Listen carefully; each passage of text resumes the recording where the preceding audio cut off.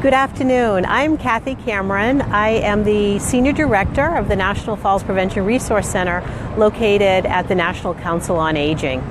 And I'm Emily Nabors at the Fall Prevention Center of Excellence at the University of Southern California Leonard Davis School of Gerontology. Great. And I want to thank you all for joining us today for this special Facebook Live event that we're doing on Falls Prevention Awareness Day, the first day of fall. So we're very excited you could join us today. And today's Facebook Live is going to focus on falls prevention strategies and tips while you're out and about in the community and in your neighborhood. And why are we talking about this today? Well, we know it's Falls Prevention Awareness Day, but falls actually affect 1 in 4 older adults every year. And those who fall, about 20% of those will experience some type of serious injury like a fractured hip or another broken bone or a brain injury. So we want to prevent these horrible occurrences from happening because they really do impact the quality of life for many, many older adults. So today we're going to provide some very simple strategies on how to prevent falls among older adults.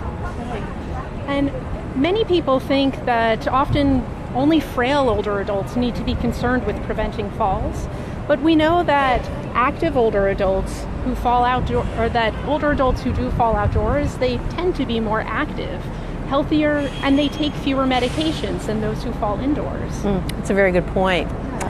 So for our Facebook Live today, we are going to start by talking about public transportation and how to be safe while we're riding on buses. We're standing outside the National Council on Aging's headquarters in Arlington, Virginia. As you can tell, it's a very active place.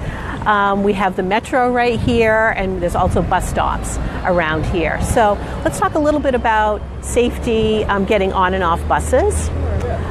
And I think one thing to definitely keep in mind is the importance of holding on to handrails, getting on and off the bus. They can help, particularly if you have some balance problems. Hold on to those handrails getting on and off. And if you do need some extra assistance, ask one of the other passengers or the bus driver for some help. Great. Yeah. And we want to, make sure too that there aren't any obstacles in the way when we're going onto the bus, so the bus driver can help with that as well. Right. So, yeah. And once you're on the bus, it's a great idea to look for a handrail or seat to hold on to during your ride. All of those frequent and sudden stops and starts can make it difficult to maintain your balance. And as Kathy said, not only getting on the bus, but look down the center aisles to see if there are any bags or packages that could be obstacles in your way. And try to avoid, if possible, carrying big bags or packages that could obstruct your vision or prevent you from holding on. Yeah. Another thing that's important too is try to find a seat that's close to the exit on the bus or the subway train. It's just easier when you don't have that much territory to walk. Right. And if you need help finding a seat on the bus, again, the bus driver can help with that. So let's take a little walk, and we are going to walk towards the intersection.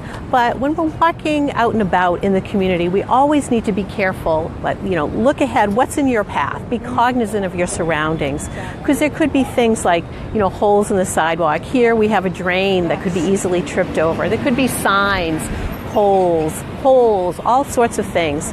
Uneven surfaces is another common problem that we see on sidewalks, where it's easy to catch your foot on that uneven surface and fall down.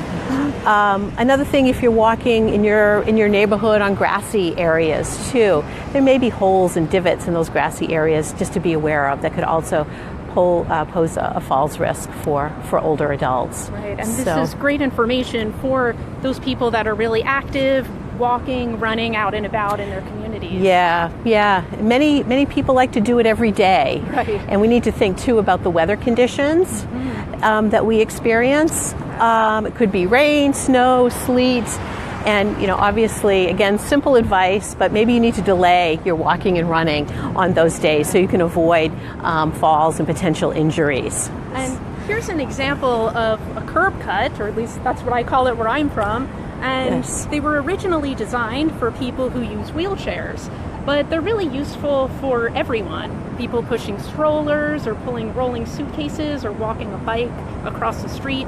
They're especially useful if you use a cane or a walker, or if you're just generally concerned about stepping down from the curb. Absolutely. We also just crossed a crosswalk, and we had enough time to cross, but in many communities there are crosswalks that don't give you adequate time. And where I'm from in California, there were some communities that did a walkability audit and identified crosswalks that had inadequate crossing times, and they advocated to get the times extended. And this was in communities or neighborhoods with schools and senior centers. Wow. So there is action that that communities can take. What a wonderful way to really improve the safety in your community. And many communities across the country do pose risks for people when they want to go out and about. Look at all the construction going on here. There are obstacles in the way for us to sometimes safely move about, pylons, bags of things. So what are some other strategies that you would recommend for individuals to, again, reduce their chances of falling and sustaining an injury? Sure. There are things that individuals can do for themselves and then also for their communities.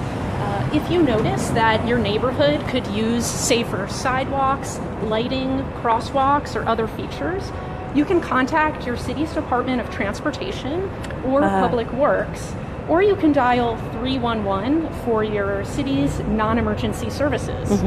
I live in an older community, and we have a lot of old, beautiful trees. Yes. However, many of the trees have really large roots that actually have pushed up the sidewalks. Very common. So I think that's a really great example of a way where Public Works can help to improve the safety by replacing those old sidewalks. Definitely. Yes. So we've entered in an area here underneath the overpass that's a little bit dark. Yes. Yeah, so there are certainly safety concerns when we're out and about during the nighttime. Of course, if you're unfamiliar with a particular area that you're going to at night, carry a flashlight, be extra cautious. Or you could wear reflector strips on your clothing so that people can see you. Or just become familiar with the area as much as you can before you head out. Maybe a friend or a family member can give you some information about the area. So great idea to just prepare ahead of time. Just prepare ahead of time. Yeah. Again, simple advice. Yes. So here we are at some steps. Right. And stairs can always be tricky, but especially in the dark here or at night, it's a great idea to use the handrails when, it might be so dark that it's hard to tell the depth of the stairs. And we've got 2 handrails here. And we take our time as well. It's always good advice. Yes, absolutely. Take your time wherever we go. We're going to mention that probably several times during this Facebook Live. And even in a bright open lobby like this, there could still be fall hazards. For example, a slick floor or entryway carpet that could pose a tripping hazard. Yes. This is a carpet. This one's not so bad. It's got a nice kind of slick edge to it, but some carpets could have frayed edges that could be very easy to slip on. So that's something we all need to be aware of.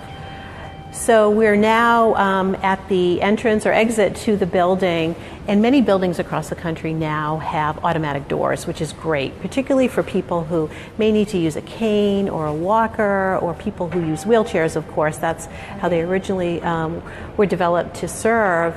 Also people who are carrying things. This is a great way to easily enter and exit a building. So for those of you who may not be aware, these are the buttons that help open the doors. They're typically square buttons located close to the door, either silver or blue, and they typically have the disability symbol on them. So you just need to press it, and the door will open automatically. Again, very important for people who use canes and walkers to leave buildings.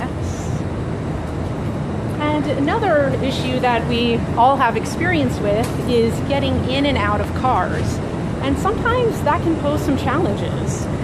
Absolutely, yeah. I think you're parked down here. Why don't we get over to your car? I am parked right over here, and we're going to talk about some devices, some tips on getting in and out of cars. And I wanted to mention a program that I'm familiar with called CarFit, and it's offered in different parts of the country right now. And it helps older adults to make sure their car is fit just right for them. So it's a community program that people can go to. They bring their car and they have their car assessed for their individual needs. So it's a really excellent program. We're going to include a link to this program and where people can find out more about it in the comments section of our Facebook Live. I also want to mention occupational therapists are a great professional to access to help with car safety and making sure your car is safe and fit for you. They are also excellent in identifying maybe safety features in the home, identifying maybe hazards in the home, making sure the home is fit for a person, that they can function, do their day-to-day activities, and they often come up with very simple solutions that can make a difference for an older adult, so that the older adult can age in place and reduce that falls risk. Yeah. How could someone find a physical therapist or an occupational therapist? That's a great question. An occupational therapist often needs a doctor's referral. People can find them in their communities as well, through hospitals, for example, rehab centers. There are a number of places they can find them in their community. So, well, here we are. Yes.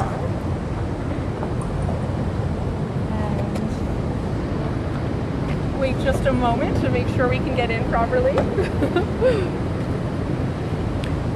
There we go. So I'd love to show some of the devices that Kathy had mentioned briefly before. Excellent. One common challenge that people have is lowering your body down to get in the car and then swiveling your legs to bring the rest of your body in, as well as getting up and out. And an example of one product is the handy bar here, and you can put it right here in the car, and a person can push down on it when they're getting up and out, and it provides some extra leverage. Yeah. It's also handy, as the name implies. You can use it here to help close the door. Sometimes these doors are really heavy to close. Or very far away for an older person to reach. Yes. Well, comes in handy. Yes. Yeah. We don't want someone falling out of the car as they try to close the car door. Definitely. Yes. Another product is called a leg lifter, and it's a simple strap that you would either the driver or the passenger can put on their foot and use it to bring the person's leg into the car. And another product can help you swivel in and out of the car. So it helps move someone's legs from outside of the car to inside of the car, because that can be a challenge depending on the shape of the car, how high the seats are, and so on. That's great. Excellent. I know also the CarFit program will help adjust seats to make sure that people are at the right height when they're driving. So that's important. So they might recommend cushions to sit on so that someone's not up too high or down too low. Yeah.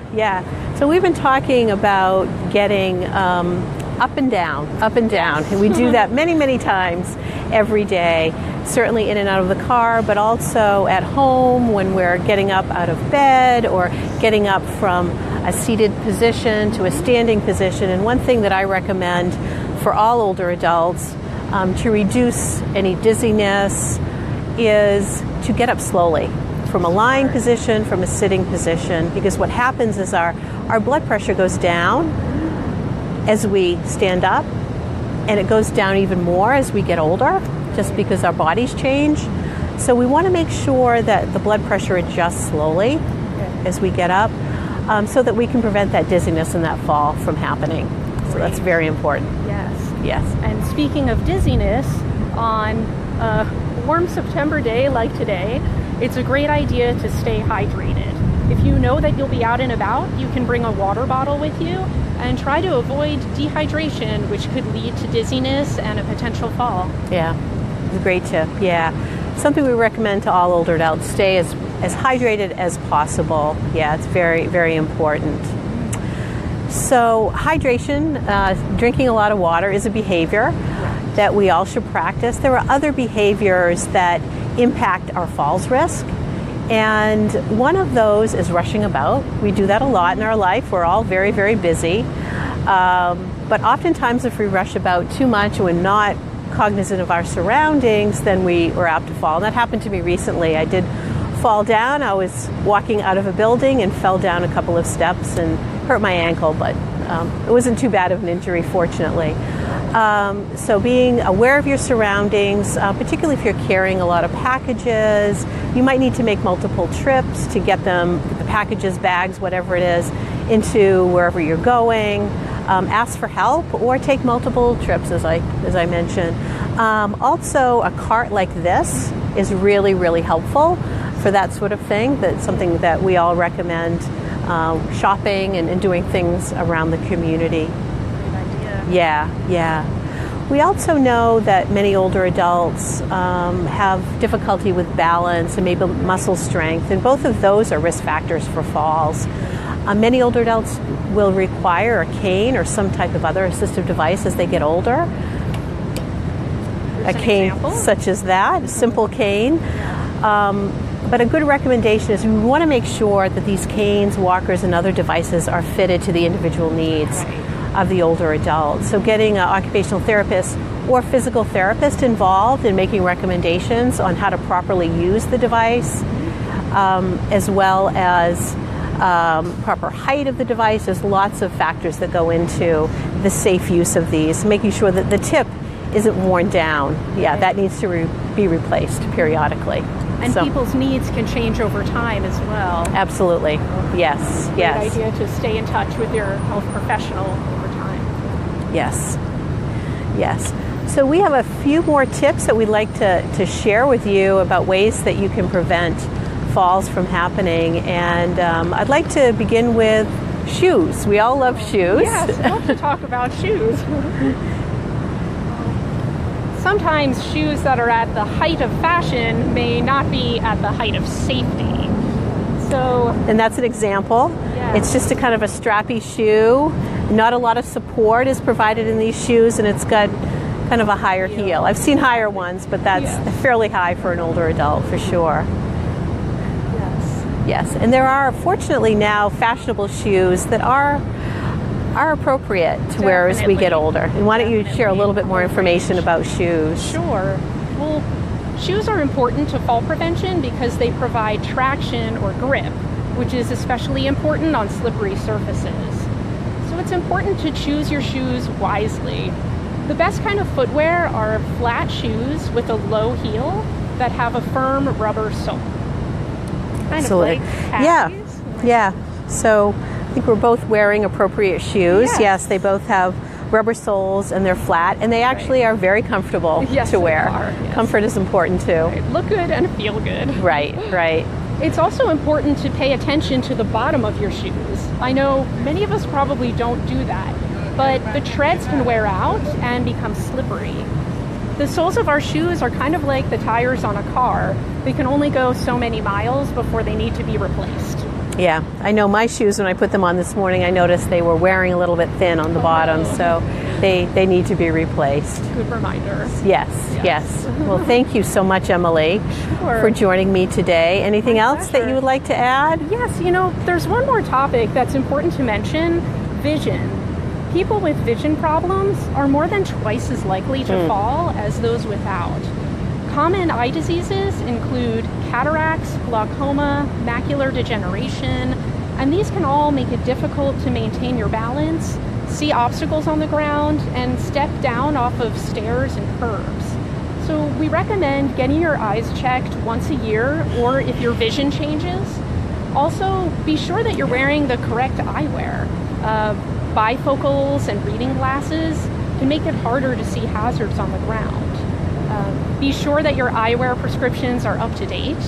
And on a sunny day like today, it's always a good idea to bring a pair of sunglasses, reduce glare, and reduce your risk of falls. That's great. Well, thank you so much for this great information. I really appreciate you joining me today and sharing these tips on how to prevent falls. And the message that we want to get across to everyone is that falls are not a normal part of aging. We know what causes falls, and if we address those causes, those risk factors, we can prevent falls from happening. Maybe not all falls, but as many as possible by educating older adults. And again, thank you for joining us today. My pleasure. And the Facebook Live video will be placed or posted on the NCOA Facebook page as a shareable video. So please share it with family members, friends, and others who you feel could benefit from this information. And I also want to invite you to visit the NCOA website at ncoa.org. We have lots of great information that will help you prevent falls even more. Maybe you have some health conditions that pose a risk for falls. Maybe you take medications that might cause side effects that increase the risk for falls. So please check out the resources that we have, and again, share those with others who you know who could benefit from the information. So thanks again for joining us, and we will see you next time.